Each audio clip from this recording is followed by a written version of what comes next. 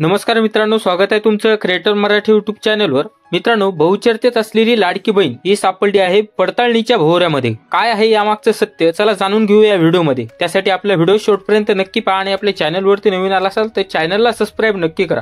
मित्रांनो, लाडकी बहीण योजनेमधील लाभार्थी लाडक्या बहिणी पात्र आहेत की नाही याची चौकशी सरकारने सुरू केली आहे। पुणे जिल्ह्यात कोणकोणत्या लाडक्या बहिणींकडे चारचाकी गाड्या आहेत अशांची पडताळणी यामधून सुरू केली आहे।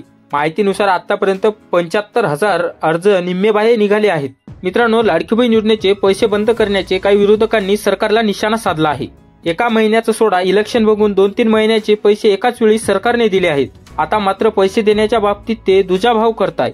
त्यावरून जाणवते की सरकारमध्ये असणारे सर्व नेत्यांनी फक्त सत्तेत येण्यासाठी लाडक्या बहिणींच्या मताचा वापर केला असे विरोधकांचं म्हणणं आहे। तर विरोधकांच्या आरोपावर प्रत्युत्तर देताना सत्ताधारी मंत्र्यांनी योजना बंद होणार नसल्याचा विश्वास महिलांना दिला आहे।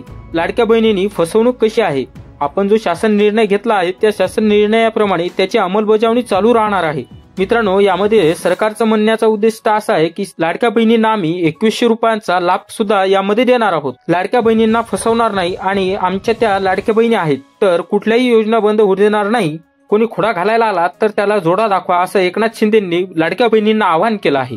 मित्रांनो, मुख्यमंत्री माझी लाडकी बहीण या योजनेसाठी सरकारने नवीन नियम घेतला आहे। ज्या महिलांकडे चारचाकी वाहन असेल अशा महिला त्यांनी अपात्र ठरवले आहेत असं बऱ्याच जणांचं म्हणणं आहे। पण हा नियम मित्रांनो, सर्वप्रथम जशी योजना चालू झाली तेव्हापासूनच हा नियम लागू आहे। पण तरीही लाडक्या बहिणींनी त्यामध्ये फॉर्म भरले होते आणि सरकारने त्यांना लाभ सुद्धा दिला आहे। पण आता इथून पुढे सरकार त्यांना लाभ देणार नाही। मित्रांनो, लाडकी बहीण योजनेसाठी ज्या महिला पात्र असतील अशाच महिलांना इथून पुढे लाभ सुरू राहणार। मित्रांनो, ज्या लाडक्या बहिणींनी नियमांचे उल्लंघन करून लाडक्या बहिणीचा फॉर्म भरला अशा महिलांची आता पडताळणी सुरू झालेली आहे आणि त्यांना लाडक्या बहिणीच्या पात्र लाभार्थी यादीमधून त्यांचं नाव कमी करण्यात येत आहे।